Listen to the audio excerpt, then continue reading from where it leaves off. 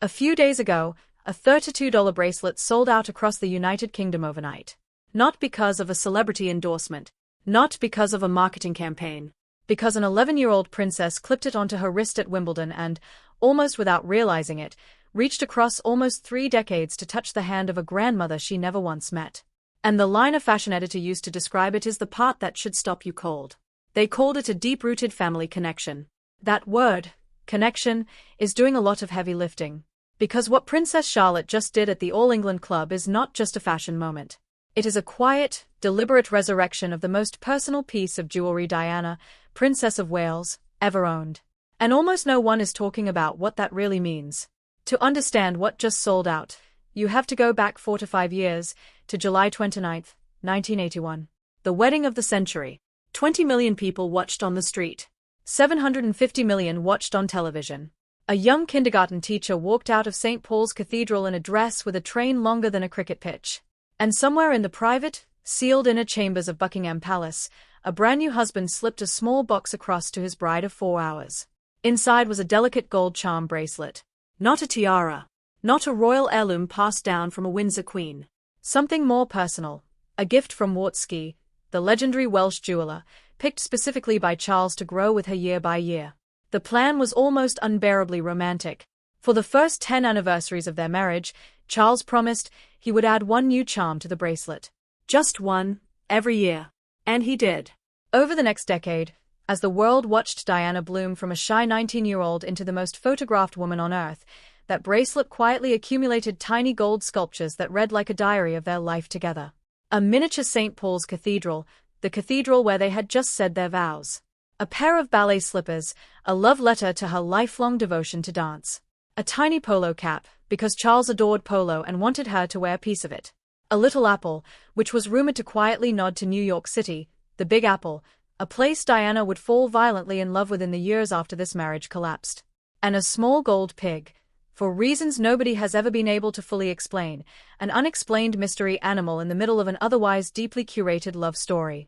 Most sentimental of all, however, were 2 simple gold initials, W and H, for William and Harry, the 2 little boys who would eventually try to carry the weight of the institution their mother's mere existence had quietly threatened to dismantle. According to historians who have catalogued this piece, Diana herself wore the bracelet so rarely in public precisely because of how personal it was. Royal watchers often said it felt almost like a diary she kept pressed against her pulse. A private record of a marriage the world was watching the same way you watch a slow, inevitable crash, a known collapse proceeding in real time.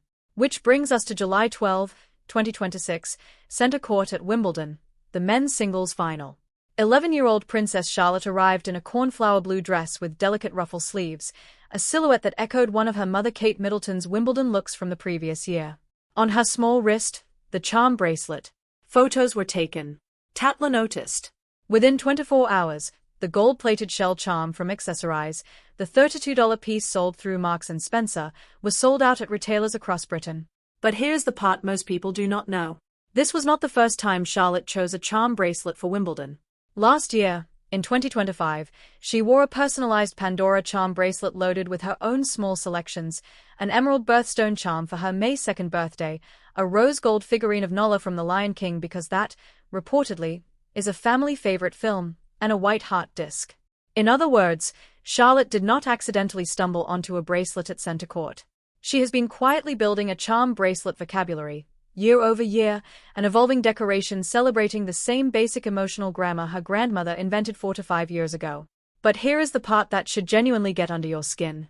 Royal watchers' sites have noticed something more disturbing, more pointed, more almost uncomfortable. Body language expert Judy James, who has publicly commented on the Wales children for years now, has repeatedly drawn a single comparison she draws with no other member of the royal family. She says Princess Charlotte's posture, the angle of her chin, the way she drops her eyes to acknowledge a crowd, the quiet command she shows when entering a room full of strangers, has a startlingly direct lineage to Diana herself. In viral videos, fans have repeatedly pointed out the same effect, noting Charlotte's signature glance, sometimes called the Spencer stare. Across TikTok and Instagram, recurring hashtags mark the resemblance as striking, and the language the most devoted fans use is almost spiritual. They do not say she looks like Diana. They say she feels like a reincarnation. Some even say, quietly, that the soul of the people's princess has landed in this particular grandchild. Whether you find that beautiful or slightly troubling probably says more about you than about the princess herself. But whether you take the resemblance seriously or not, you cannot deny the sheer volume and consistency of the public reaction. Charlotte has become the living, breathing visual bridge between Diana and a generation of Britons who only ever knew her from photographs and documentaries. Then came a piece of jewelry that traveled significantly further than any of the others. A single 3-strand pearl bracelet. Diana wore this bracelet on her royal tour of Hong Kong in 1989, while dressed in the iconic white and black Catherine Walker Elvis dress, the one preserved forever in photographs of her stepping out onto the polished floor of a Hong Kong state dinner looking every inch the working, militant, glamour-pumped symbol of the soft power of the British monarchy. After Diana died in 1997, that pearl bracelet was inherited by her eldest son, William. William wore it occasionally, in private, then later stopped wearing it entirely. Eventually, the bracelet passed into the hands of his wife, Catherine, now Princess of Wales. And last June, at Trooping the Colour 2026, both Kate and Charlotte wore 3-strand pearl bracelets on the same morning, on the same balcony, in nearly identical silhouettes. Kate's was the original Diana piece, the Nigel Milne heirloom itself. Charlotte's was a matching tribute piece of her own. They were standing, side by side, lighting up the balcony the way Diana once did, alone, 3 decades earlier.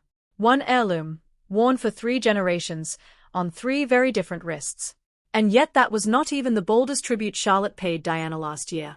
Last December, Charlotte sat at a piano beside her mother for a heartwarming mother-daughter duet broadcast as part of Kate's annual Together at Christmas Carol concert. The clip went viral gently, in a Christmas morning kind of way. But the screenshot nobody zoomed in on was the jumper. A navy Bowden jumper with a crisp white statement collar. Hidden behind the styling, almost invisible unless you knew to look, was the label. The jumper's actual name was Diana. Named, reportedly, after the late princess's lifelong love of statement collars. A wholesale children's clothing brand on a high street shelf, naming a product Diana, and a granddaughter wearing it on live television. As if Diana had become less a person than a permanent fixture of British heritage, something like a national park to be walked through, repeatedly, by her descendants. And Bowden themselves followed up. Within months they released a limited sheep-themed jumper explicitly inspired by Diana's iconic 1980s sheep jumper. The Diana connection has, it seems, become a commercial fixture as well as a personal one. But none of this is incidental. And this is the part that gets complicated.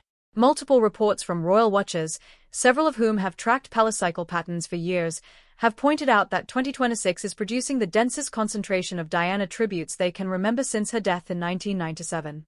Rumors have begun to circulate, and you should clearly treat these as unverified speculation, that this is a coordinated push. Some suggest a documentary project in development. Some point to the looming 30th anniversary in 2027, just under a year away now, of Diana's death in the Paris tunnel. Some online commentators go further still, suggesting that Kate, with the quiet, frictionless precision she is known for, is deliberately positioning Charlotte, and not her elder brother George, as the official, recognizable carrier of the Diana legacy. The line of speculation says Kate has made a calculated bet about which child will hold the public's emotional attention once the Diana era truly fades into history. None of this is confirmed by Kensington Palace. None of this has been commented on by any official spokesperson. And yet, the pattern itself does feel coordinated, to the trained observer. All of which left a really rather lovely final beat from the same Wimbledon weekend. Because while Charlotte was carrying her grandmother's memory on her wrist, her 8-year-old brother, Prince Louis, was at home telling a Wimbledon ball girl named Jenna Fontanilla that he wants to become a ball boy when he grows up. A royal child, the most famous 8-year-old on earth, politely answering a stranger's question with a quiet, regular kid dream. Louis reminded the world of something Charlotte's tribute Heavy Summer sometimes nearly obscures, that these are still children. That there is still, under all the pearls and the charms and the elegant blue dresses, an actual childhood happening. Charlotte's ancestors have closed around her wrist like a slow-tightening bracelet, and she is wearing them with a composure almost beyond her years. But her little brother reminded everyone she still has a brother who just wants to run around center court with a towel over his arm. So do you see it? Do you see the woman who never got to meet her granddaughter in the granddaughter's blue dress and quiet curl of her wrist, in the way she dips her chin to a crowd, in the way her fingers rest on the edge of a balcony as if she has already stood there once before, in some other life? Princess Charlotte did not invent the Diana tribute. She inherited it, year by year, charm by charm, pearl by pearl. She just happens to be the first one wearing it back into public view, on a wrist the size of her grandmother's was never able to become. That is the deep-rooted connection. The deeper, quieter kind. The one that does not shout. It just shimmers. If this story stayed with you, hit subscribe and drop a comment below with the Diana look, the jewelry moment, the tribute, you will never forget. I want to know which one grabbed you.